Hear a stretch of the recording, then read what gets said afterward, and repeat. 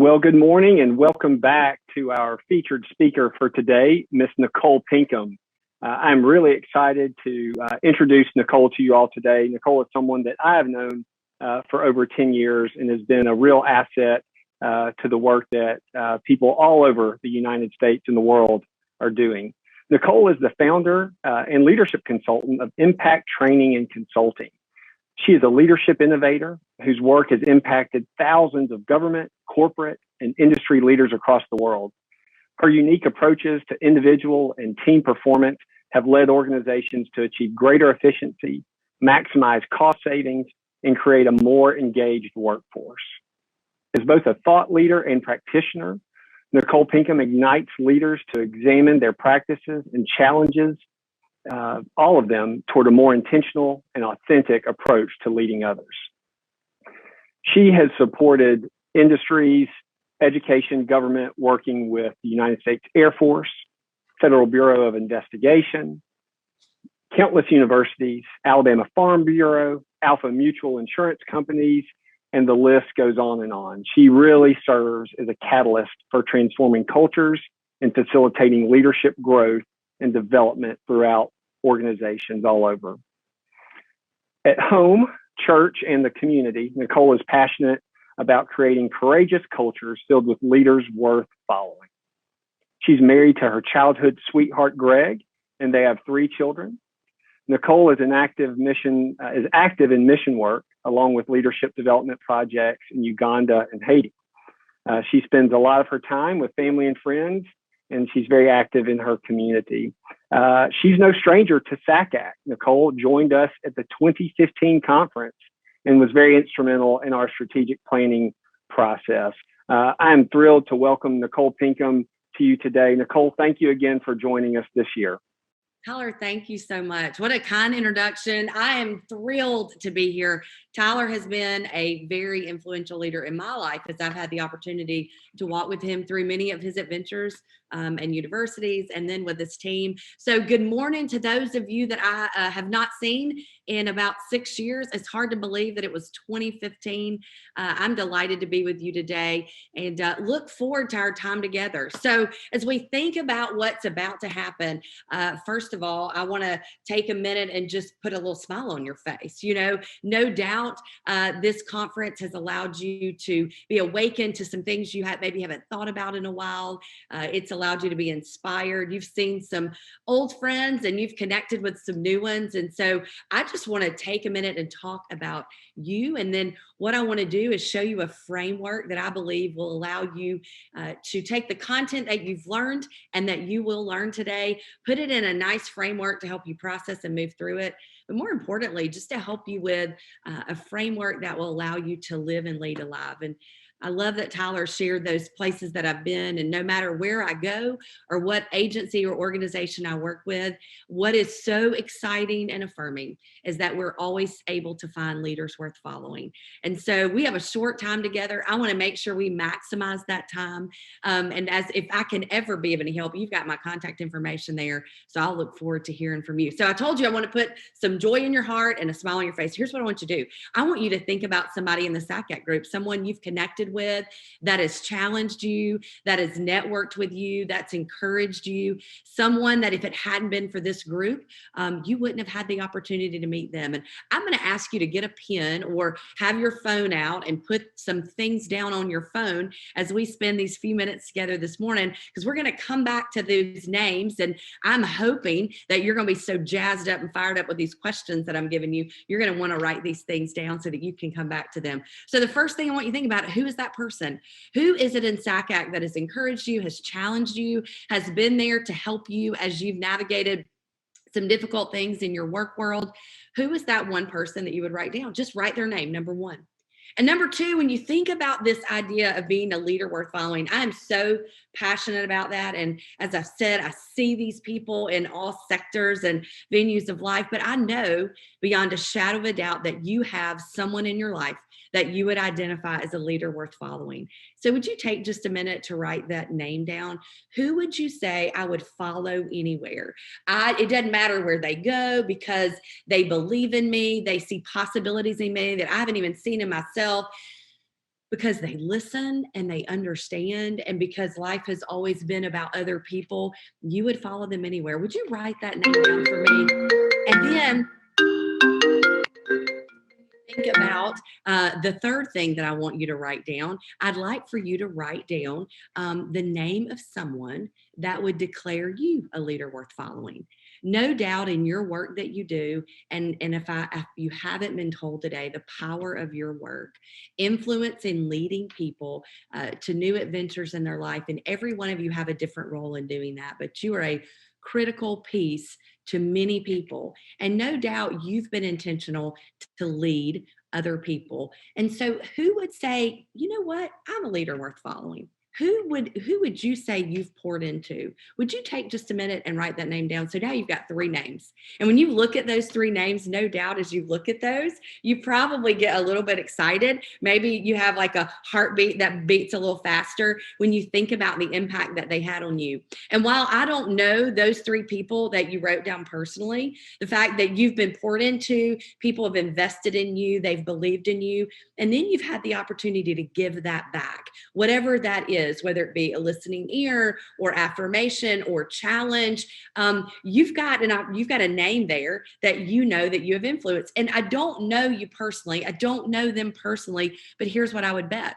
Their motto has been, I will choose to make good things happen for other people. And in that moment where you took time to do what you did to that third name on your list, you were living that mindset.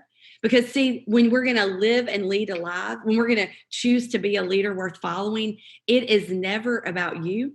Life is not about you. It's always about making good things happen for other people. So keep that list handy. Be reminded that you've already made an enormous impact on that name number 3. And let's set out this morning to find out how can we intentionally multiply and exponentially move and transform our life as leaders and as those that influence and move other people in powerful ways. That will be our goal. We are here to make good things happen for other people. I'll tell you, as I've been out, it's been nice over these last few weeks, getting to see people in person, certainly being mindful and taking precautions and being careful. But I'm sad to report to you that a number of people have shared with me that this is actually how they're feeling. Research has proven and experience has shown, as I've had the opportunity to work with leaders from across the nation, is that we feel a little bit isolated. We feel covered, and we know that there's life underneath all of the things, but we're trying to find new ways to network, and we're trying to find some new ways to do our work in ways that allows us to be successful while honoring the past and moving to the future. And so today, I just want to remind you that if you feel like this, the goal for our time together is for you to be in a state that looks like the second picture.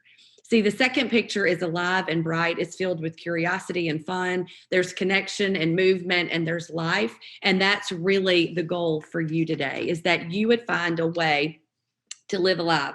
You know, there's never really been a better time to talk about living alive than as we're coming out of this pandemic. And certainly we're not out, we're still navigating those. However, the visual representation of your life and the way that you will live and lead is what I want you to think about when you see this screen, is that you would be so alive and bursting with life that people would be drawn to you, and that you would add beauty and excitement into the world in which you lead.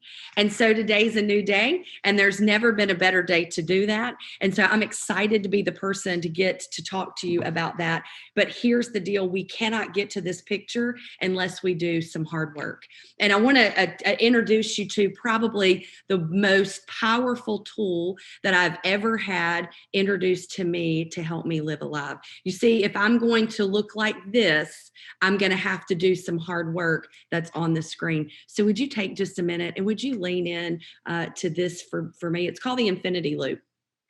And this has been a game changer. It's been life altering for me. It allows me to be a better leader, a better person, a better wife, a better mother, a better colleague, because I've taken the opportunity. And once you have too, I think you're going to find that you're going to be able to do things with this tool to allow you to live a life like never before. So look into the infinity loop. The infinity loop says that you have to know yourself to lead yourself. You are in a constant state of change.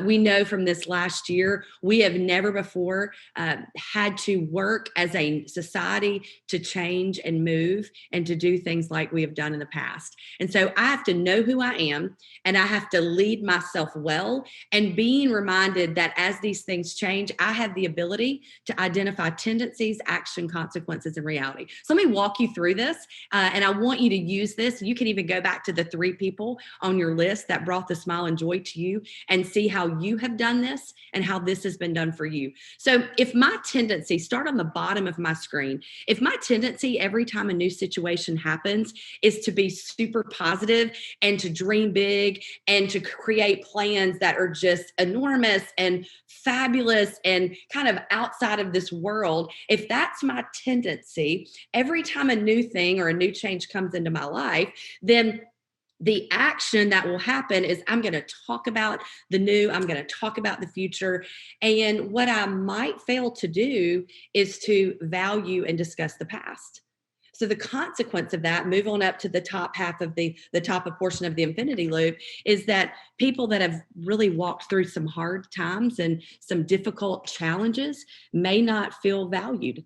I may be minimizing the details and the pain of the past and the heartbreak and the heartache of things that have happened. And the reality is that if I'm always so positive and everything's so big and it's always so wonderful, and that's my tendency, and I never look to the other pieces, I'm going to have a team that's divided and segregated from the past, and from the team that wants to focus on the past and one that wants to focus on the future. Take that same infinity loop. If my tendency every time a change happens is to talk about why it won't work, is to talk about how the past is really the best way to handle it, then what's going to happen is over time, my actions are going to show that I'm not willing and open to change, that I don't see possibilities that live there. And the consequence is the teams that I work on and the teams that I get the opportunity to lead with, they're going to be people on the team that avoid me. They're going to be people on the team that see just internal conflict and strife, because every time something new happens, I immediately talk about how it won't work. And the reality that we live in will be a team that's not moving forward and the team that's being stagnant. Now, look at what I just did. I never talked about the character of a person. I never talked about something I didn't like or liked. I simply used this tool to identify where I am. So let me give you an example of one that maybe is a little more personal. My husband and I have just become empty nesters. And while I have an extroverted preference and I love to talk and chat and I think through my mouth. And what I recognized as we were empty nesters is that as I would drive home at the end of my day, or as I was coming off of Zoom at the end of my day, I wasn't always as excited because the tendency at my house were for things to be really quiet. My husband is more of an introverted preference. So he likes to come inside and just kind of sit with his thoughts at the end of the day. And the action was, I wasn't I didn't have a lot of enthusiasm about connecting. And the consequences was we were becoming very disconnected in the evening. And the reality is neither one of us were super excited about living in the same house. And so we knew something had to happen. But what didn't need to happen was, again, talking about character or what I didn't like or what I did like, but it was just this reality of identifying the current space where we were.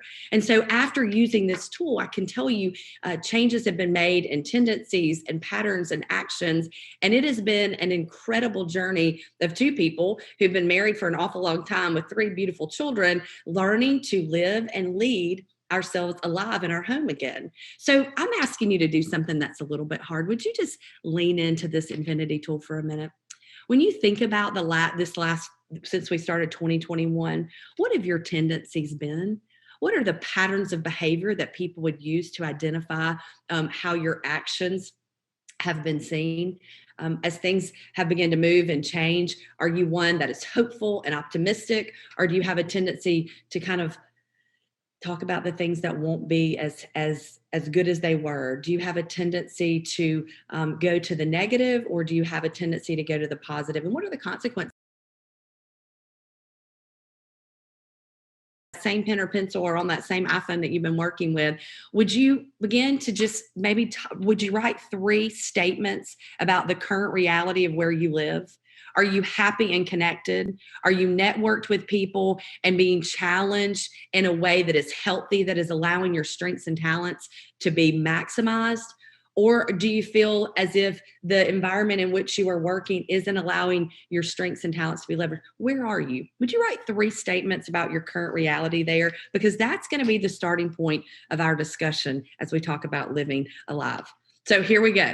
You've got it written down. You've got 3 statements. You've got 3 people. You've got 3 statements about your current reality. You've leaned into hard. You've taken that tool and you wrote that infinity tool down and you thought, oh my goodness, this is something I can use with my relationships so that I'm not talking about how people do things in a way that is negative, but it's just very factual. And you can use it in a way where there's a dialogue that's crucial, but not uncomfortable.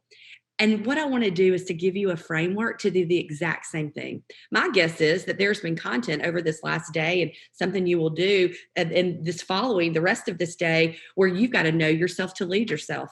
You are working in a landscape in a society today that is unlike it was a year ago. You are working with topics that are very difficult. We have looked at political situations that have been very difficult. We have had racial tensions and things that our world has walked through that we never expected to happen in this day and age. We've walked through things that are very different around admissions and the college experience and what happens in K-12 education. Life is difficult and it's different. However, there's so many possibilities in that. And as we lean into what we've done, we can see how we've led ourselves. What have our tendencies been? What have our actions been? Have the consequences of how we've responded to those situations been helpful? Have they led us to a hopeful place? Or have they caused us to feel as if we're not alive? So take the content from your conference and lay it into the infinity tool and commit to yourself that you're going to use that as we think about living and leading alive. You say, Nicole, how do you do that? Well, let's talk about the first thing that you do. The first thing in order to live and lead a life is to adjust your lens. You know, last week, I went for a walk in my neighborhood. We've lived in the same neighborhood for about 6 years, but I had purchased a new pair of sunglasses and I put them on. They were light. And so I thought this would be a great pair to use. And as I walked around my neighborhood, I was blown away by the brilliance of the color.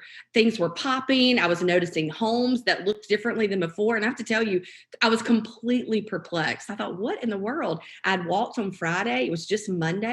We had been gone for the weekend. So I thought, well, maybe it rained. Maybe there was something that happened. And then I realized it wasn't any of that. I had put on a new lens and I was seeing things in a different way than I had ever seen them before.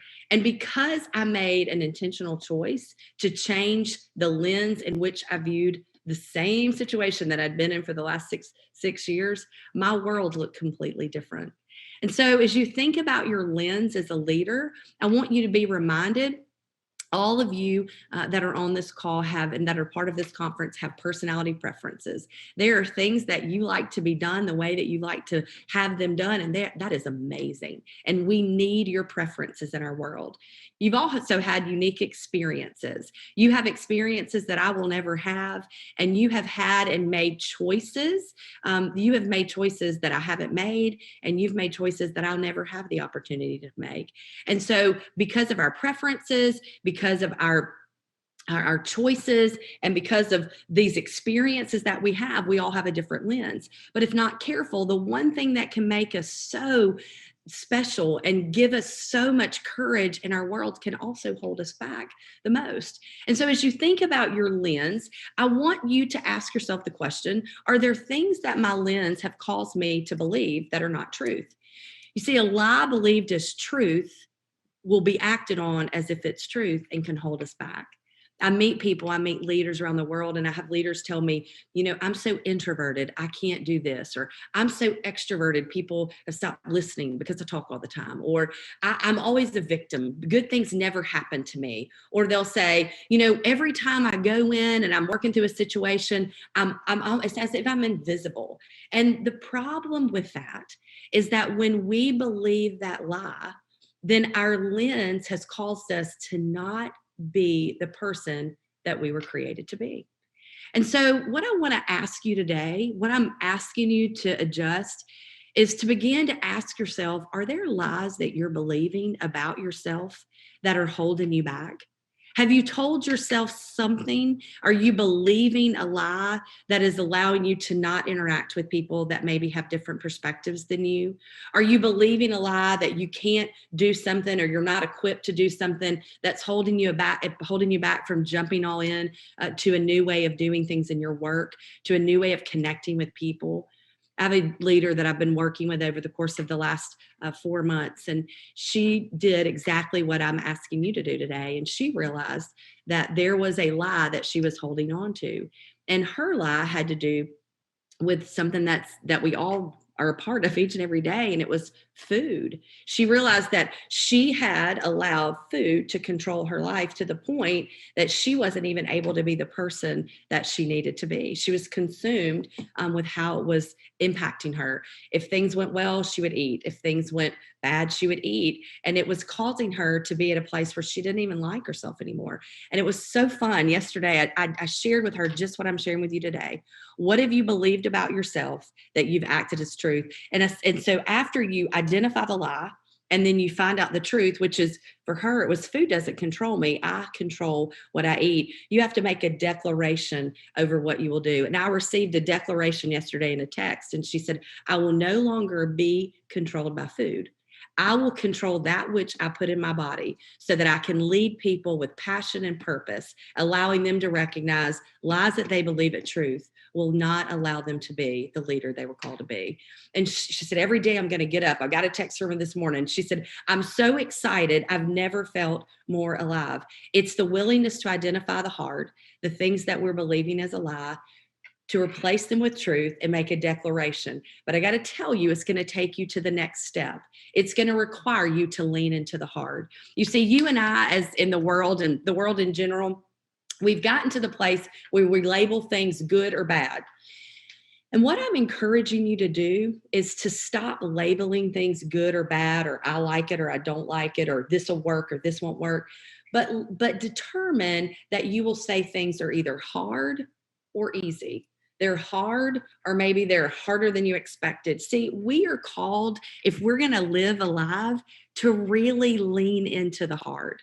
One of the things Tyler had the opportunity to introduce me. One of the things that I appreciate most about Tyler is Tyler has always leaned into the hard. I have never spoken with Tyler about a situation, whether it be family, whether it be work, whether it be an organization that he leads, or a degree that he is pursuing, where he allowed the hard to hold him back. Now, he identified that it was hard, but he leaned in, he pressed in. And so I'm asking you today to identify, what's your hard right now? What's your hard personally? What's your hard professionally that you need to lean into?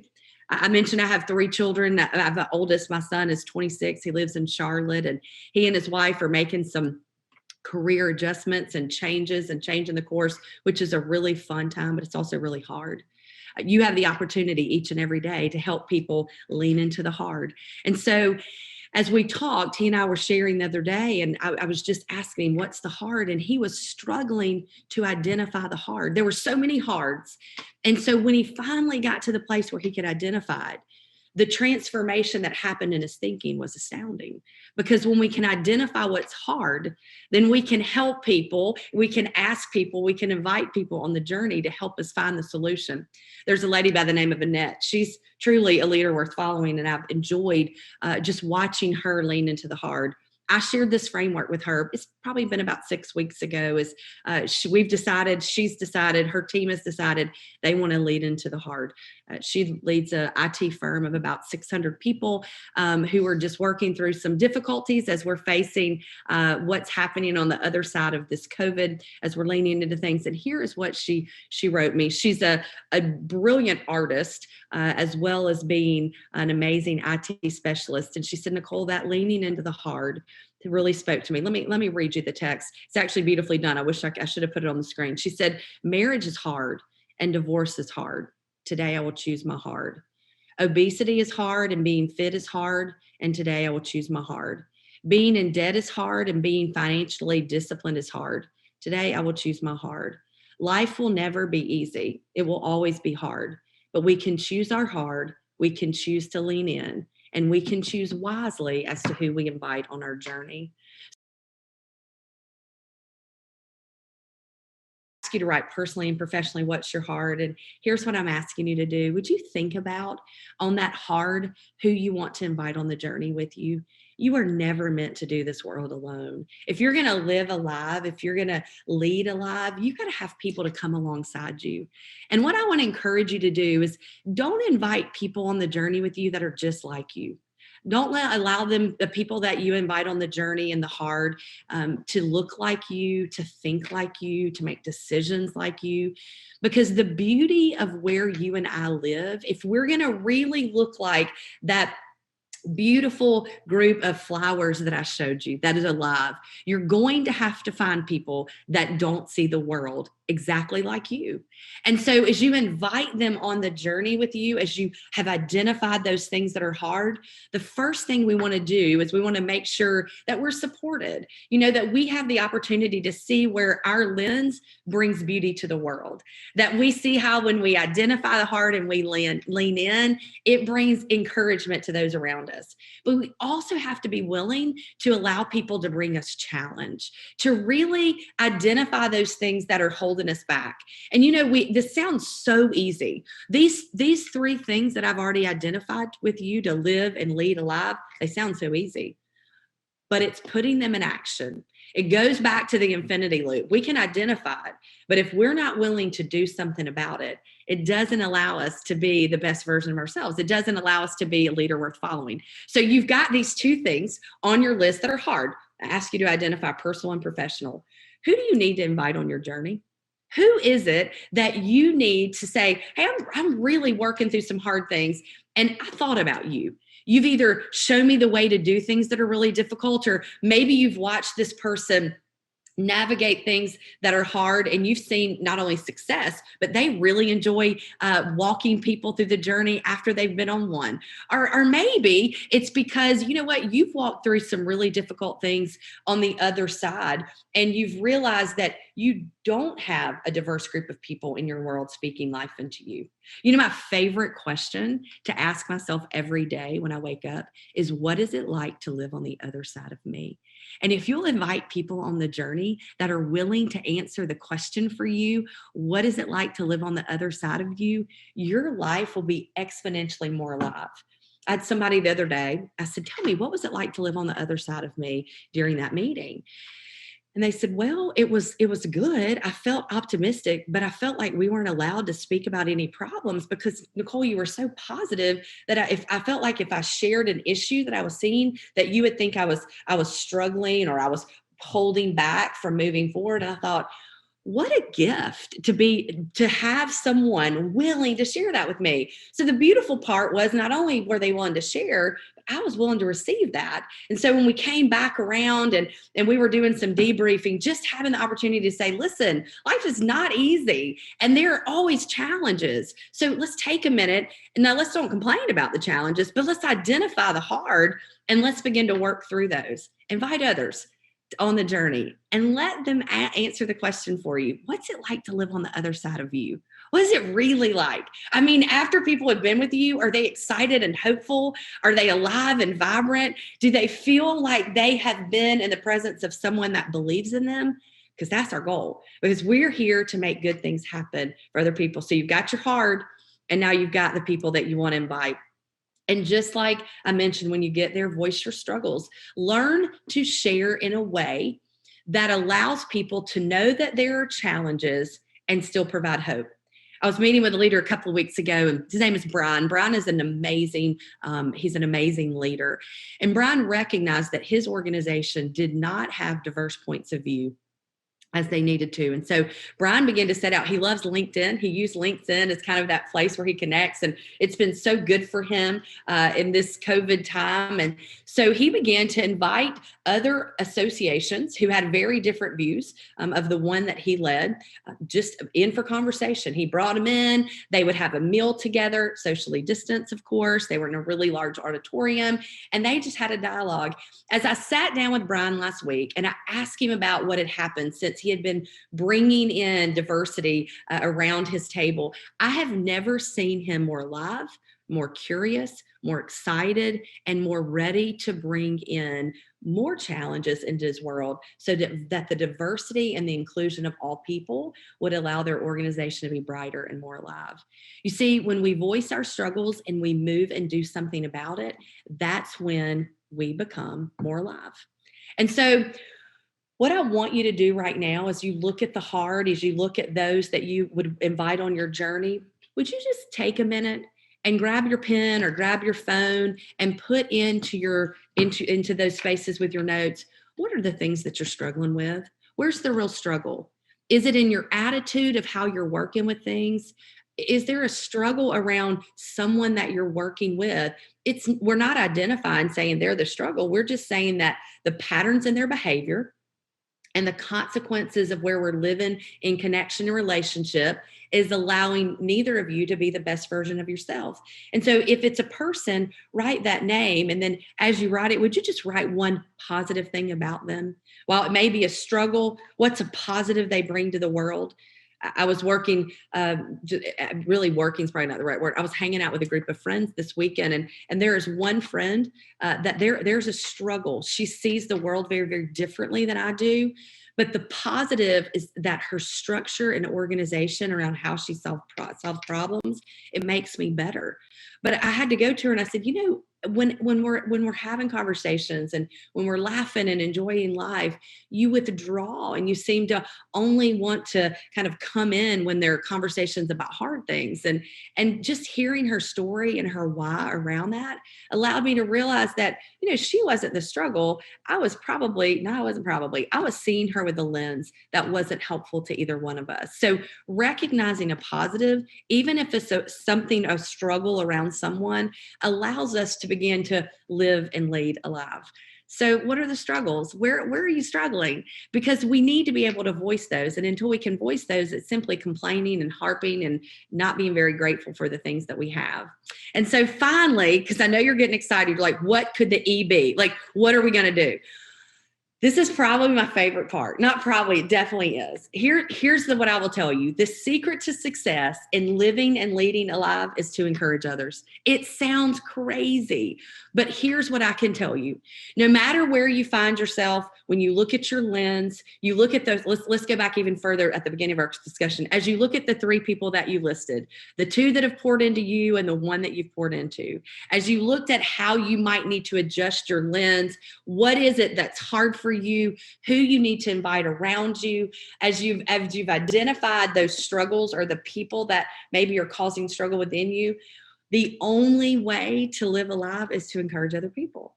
Because when we give life away, it is this crazy things that happens where life comes back in. Here's a question I would ask you to write down. Every day you and I wake up, and the idea is for us to go and live and lead in purpose, for us to find meaningful work. The statement that I wake up every day and say, to the question I ask, what's it like to live on the other side of me? And then I say, I will be a valued member of a winning team doing meaningful work in an environment of trust. And I'm going to make sure I play my part. I want to be valued. I want people to know my strengths. I want to leverage those strengths for the good of my team. I want my team to win. I want to make sure that we have a scoreboard to know what we're trying to do, what we're trying to accomplish, and where we are. So I'm a valued member of a winning team. I want my work to be meaningful. When I lay my head down at night, I want to know that what I did made a difference in the world and it mattered. And my guess is the same for you. that when you lay your head down at night, you want to know that your work was impactful, that you did something to make good things happen for other people. So I'm a valued member of a winning team doing meaningful work in an environment of trust. And the way that I create trust is that I give trust. And so the one thing that I can do, that you can do, is to begin to say, how will I do that? Well, the question that I have found that allows me to change my perspective, instead of what can I get from the world, is what can I give? And if you change what can I give, what can I get, to what can I give, it will allow life to come into you like never before. And so when we think about this idea of encouraging others, what it's not is flattery. I work with leaders sometimes that have confused flattery and encouragement. They say things to people in order for people to have a positive view of them, and then they will leverage that view to get people to do what they want. That is not encouragement. Encouragement is identifying characteristics in people, to call those characteristics and character up in people so that they continue to use that to make the world a better place.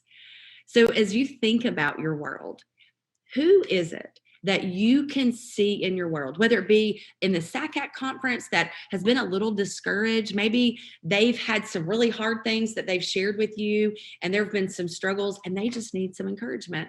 Who is it in your world that you work with day in and day out that they've really had some challenges over these last few months and they just need to be encouraged? It seems like the number that we keep leaning into is 3. So let's stick with that. Would you write down 3 people that you have looked out into the world and you've seen have really maybe been discouraged? Maybe whether it's a situation, maybe it's a job environment that it's very discouraging. Maybe they're not valued in the area where they are. Maybe their family life has caused them to feel isolated because they live alone and they don't have people that live in their home and they are just discouraged. Write 3 names of people that you need to encourage. And I'm telling you, you will never feel more alive than when you encourage people. And what I would love to encourage you to say is, here's what we know. In leadership and life, to live alive, the secret to success, I'm sure you know this, but I just want to remind you, the secret is love. It sounds so crazy, but as I work with the military, as I work with FBI, as I work with colleges and universities or insurance companies or in the banking industry, at the end of the day, the people that have the most productive, meaningful, valuable lives are the ones that love other people. Now, not gushy, like throw you hearts, although I do love a good heart, but it's that intense love that says, I want to make sure that good things happen for you. And so what we know is that encouraging people allows us to do that. There's never been a better time to encourage people than today. That's when life comes in. So if you want to live alive, I'm asking you, as you think about, first of all, this content that you've taken in from the conference, you've come with preferences and experiences. You've come with choices that you've made. I'm asking you to adjust your lens a little bit, to lean into things that seemed a little bit hard around the content. As you didn't see perspectives maybe that people shared, invite others in so that you can hear it. Voice your struggle and concern about content that was shared that maybe you don't really understand or agree with. You don't find that it meshes well into the preferences and experiences and choices that you made. It's okay. That's where beautiful things happen. And encourage each other to share and encourage them as they're struggling. As you think about your life and your work, your family and your friends, live alive by adjusting your lens. Lean into the hard things that you wrote down. Be intentional to invite those people on the journey that you're going to be on. Life is so much more fun with people. Voice your struggles. Know how to articulate it using the infinity loop in a way that's objective, that doesn't allow you to talk about someone or to pinpoint or blame, but it simply objectively articulates patterns and tendencies and behavior that have caused a reality that's not your preferred, and encourage people along the way. That's how you live alive. And so every one of the things that we've talked about today, you have actionable steps. You've got to, as you identify the hard, invite people on the journey. As you voice your struggles, make sure that you're pushing out encouragement to other people. You've written down 3 people that need to be encouraged. Here's what I'm asking you to do. Because I told you the secret to success in life is love. I want you to text them, call them. I love you. I appreciate you. And I'm sorry I haven't told you more. I love you and I appreciate I'm sorry I haven't told you more. I love you. Now, some of you may be a little bit uncomfortable with that. Maybe you don't use the word but love, like I love you. You could say, I love how you continuously call people's possibilities out in them, even when it's a hard day. I love how you're always smiling, even when you're going through the really tough things in life. I love whatever it is. And then I appreciate you. I'm sorry I don't tell you more. Do not let the day end today without doing that. You will feel more alive. And then finally, as you think about this, I want to put this in the framework of leadership for you. So as we think about living alive as a leader, as we think about ensuring that we're here to make good things happen to other people, these are the things that we do. But in the context of leadership, I want you to see how this all fits. So that framework of alive goes into that green space. And green always stands for growth and beauty. And by the way, you know what? If you're not uncomfortable, you're probably not growing. So for those of you that were able to quickly write down those challenges, I want to encourage you in that. In the uncomfortable is where the most beautiful moments of growth happen. So lead yourself alive in that place, adjust your lens, have the courage to identify the lies, replace it with truth, and make a declaration over how you will live truth, even when it's hard. And make sure that you do lean into the things that are difficult. Make sure you invite people there that can answer the question for you. What's it like to live on the other side of you? Be willing to receive those answers and to make adjustments. Don't cast blame or tell why, but lead yourself well. The differentiating factor between a good and a great leader, the differentiating factor between a leader that people want to follow and people have to follow, are those that understand their emotions and lead themselves well. They understand the environment and the context in which they're living and leading in, and they adjust themselves so that they can give to others, so they can make good things happen for other people. The second part that when you think about leadership is really to make the choice to inspire your team. You may or may not have the positional leadership role. You may not have the positional role, but here's what you do have. You are equipped and wired to inspire people no matter where you are. No matter where you are, no matter what team you're on. You know, I hear a lot of people talk about, I want to motivate people. You know, motivation only goes so far. It's really inspiration. It's tapping into their possibilities and inspiring them to believe more than they did before they spoke with you. And inspiration comes from encouragement. Inspiration comes from speaking life. Inspiration comes from being willing to provide feedback to people, even when it's hard. That's one of the greatest gifts you can give anybody. So inspiring your team, regardless of the position that you hold, that's how you're a leader worth following.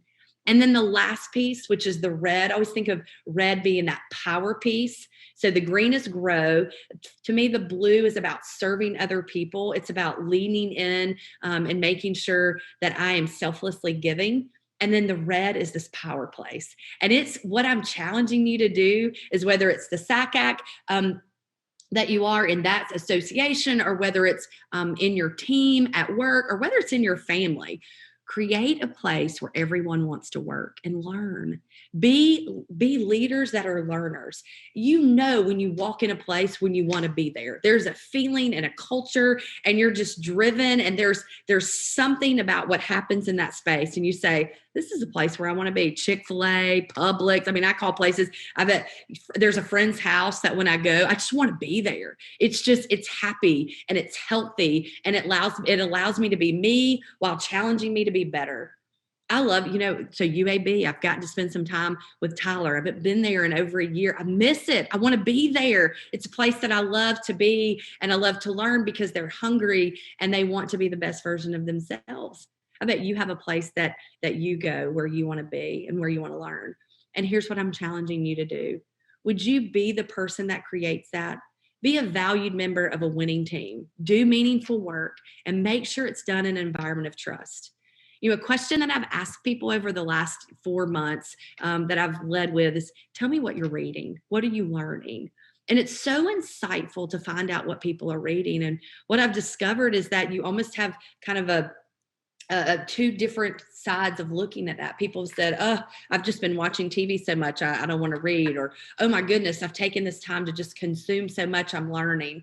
I want to challenge you to do an audit of what you're reading, what you're bringing into your mind, and then be really intentional to read things, to learn things that allow your struggles to become your greatest gift to the world. That's where we really learn to live and lead alive.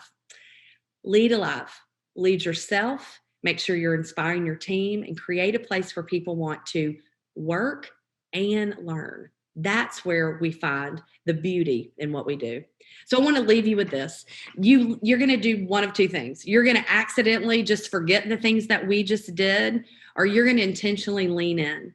I want you to go back and look at those three people we started with, the people that added joy, the people that put a smile on your face when you wrote down the name of a person in the SACAC team that has encouraged you, inspired you, challenged you, the name of a person that you said would be a leader worth following and you would follow them anywhere, someone that's poured into your life with intensity and purpose. And then the name of that person that you have been a leader worth following for, a person that you've poured into and made an intentional choice to make them better than they were before they met you. You can leave those names and just leave them on your paper or on your phone and do nothing with them. Or you can intentionally reach out to them and remind them of the impact that they've had on your life. We don't ever know what's going on with other people. And you might be the person who allows life to come back into somebody else. And it's when we give others life that we are more alive. And that person that you've poured into, you know what? Today may be the day they need encouragement more than anything else. So take a minute. And along with those three that you decided you would encourage, remind them why you love them. Tell them why you appreciate them. And then be mindful that you don't do it enough. I mentioned that we are empty nesters now, and it's really funny. My husband has taken up two things, gardening and woodworking. And as I was thinking about being with you and this idea of living alive, I mentioned he's more of an introverted preference. So it's his time for kind of getting in his head and allowing things to happen. And this idea of woodworking, he took this woodworking thing up because his grandfather used to whittle, and he would whittle and talk and tell stories. And that was just something he enjoyed. He remembers the stories. You know, we learn best with stories.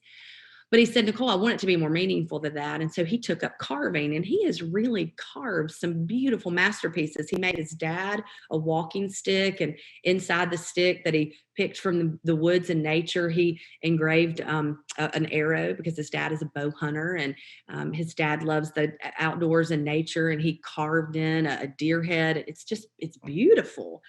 And then I mentioned he took up gardening. And so at first I just went and grabbed a bunch of seeds at Home Depot. And I said, well, you can just plant those out there. And Greg was like, no, Nicole, we have to be intentional.